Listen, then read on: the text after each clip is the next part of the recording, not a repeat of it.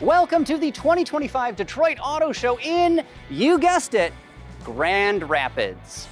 No, I'm just kidding. It's actually Kalamazoo. But what we cover here on our channel, as you know very well, we focus on classic cars, which at a traditional auto show, there's usually not very much for us to show you, except here in Detroit this year, there's one very special, heavily modified SUV that I think you guys might get a kick out of. This right here is the 2025 Ford Bronco Stroppe Special Edition, and it was inspired by the 1969 Baja Bronco, the only stock 4x4 to ever win the grueling Baja 1000 race. So what they've done here is, obviously this is a heritage-inspired vehicle. What you would do back in the 1960s or 70s, you'd go to your local Ford dealership, you would order a Bronco, you'd check the box for the Stroppe package, then the vehicle would be sent out to Bill Stroppe, who would modify the Bronco to further enhance its off-road capability. And that's kind of what they have done here.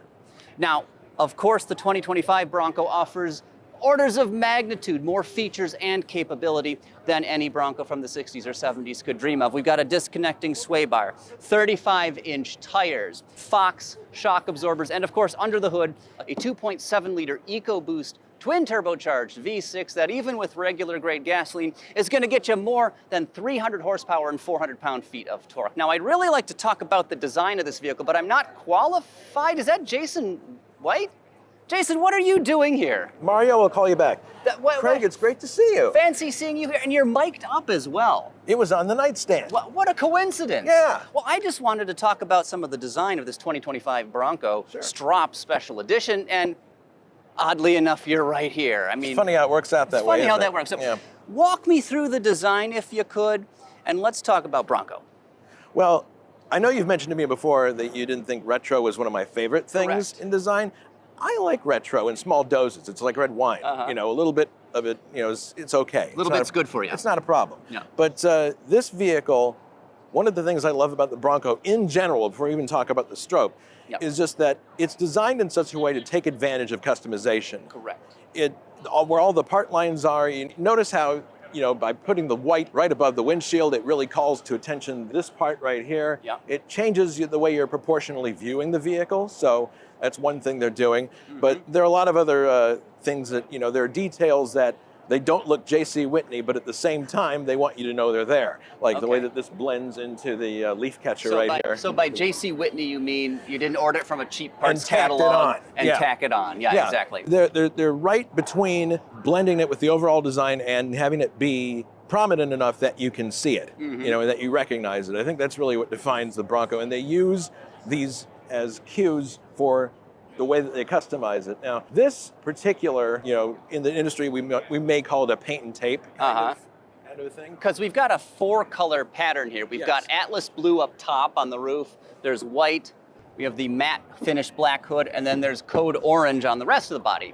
Pretty adventurous scheme. You might think that it's adventurous. You might think that it's a problem if you're trying to make a bunch of these, but really it's not. Because if you look, they're making very clever choices with where they put these color changes. Like, for example, the blue is contained within the top here. So you're talking from an engineering and a design standpoint. Yeah, absolutely, because you don't want to make it impossible for people to produce this thing and take too much time.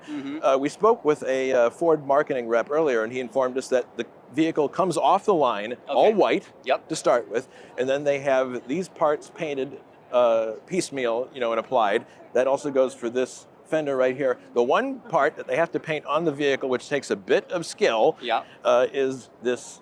That tape line. The tape line between the orange and the white. That's probably the most problematic and quality control, you know, hyper-focused thing you would do on this vehicle. But everything else... Because, like you said, the fenders, these are a hard line that's bolting. It's a separate part. The roof is separate. So it's very easy to paint that and bolt it on separately. So is the hood, which is a vinyl wrap matte black, which is for glare. Yes. Same concept as you would have for like the blackout on a football player's eyes, you know, to reduce the glare. But overall, they use the brakes around this vehicle, the part brakes, very smartly to drive home the design and the graphics the way that they want to.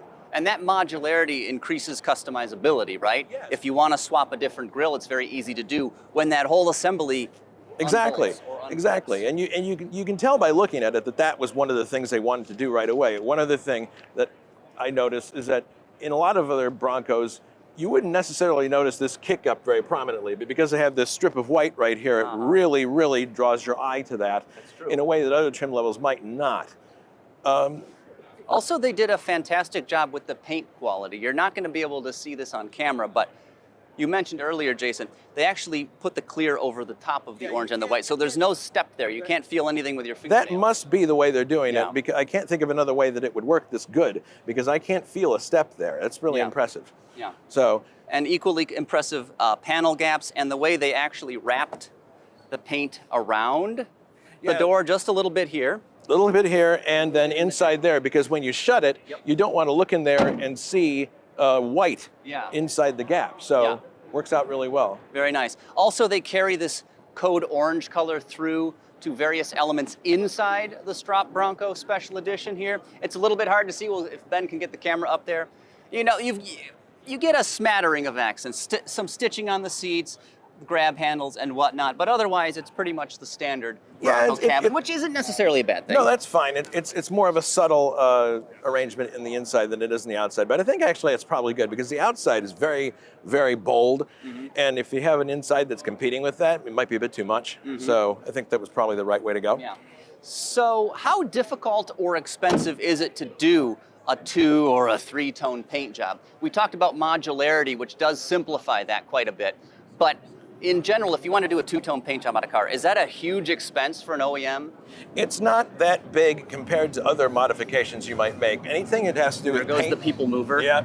The famous Detroit people mover. Yeah. It's not the Kalamazoo people mover? No, oh, I'm sorry. That's right. Yeah. Sorry.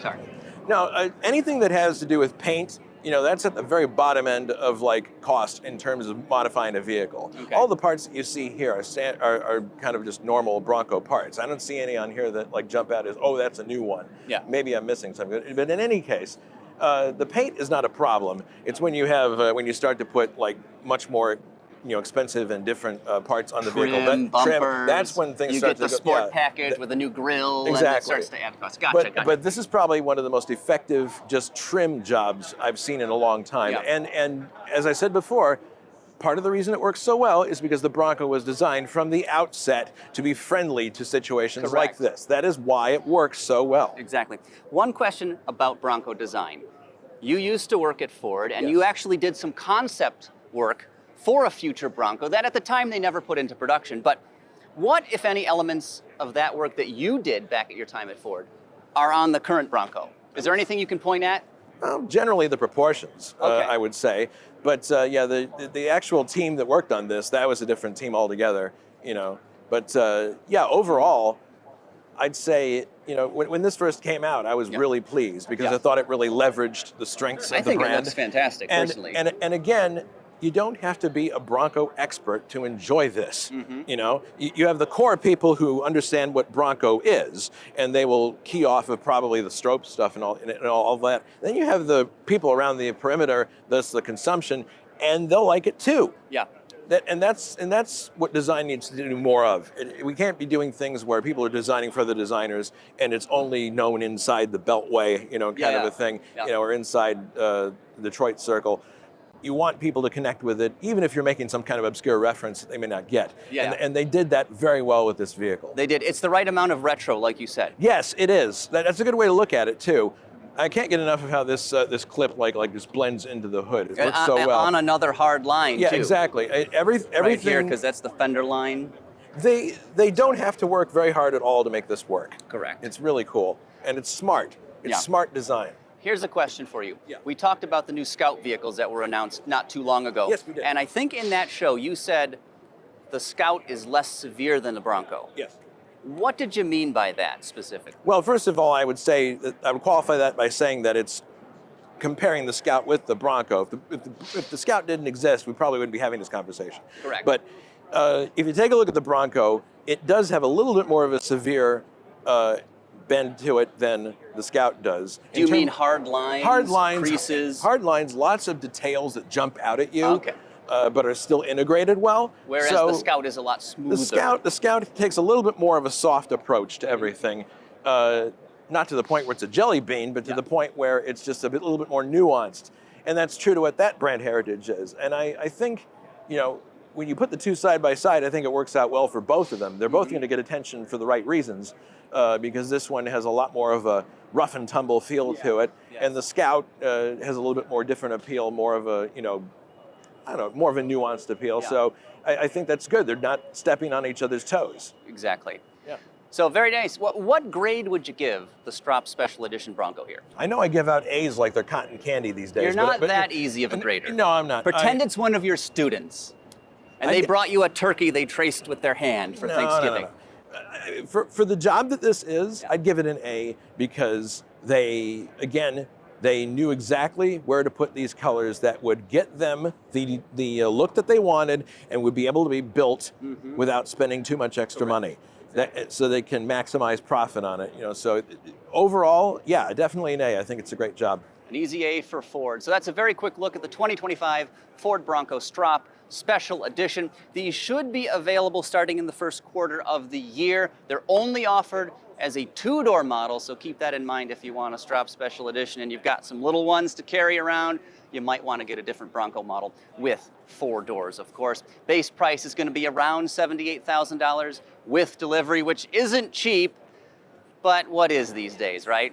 So anyway, Jason, thank you so much. What a coincidence running across you here at the Kalamazoo Auto Show. It's pure coincidence. It's purely coincidental, but thank you again for your time and expertise. Thank you all for watching.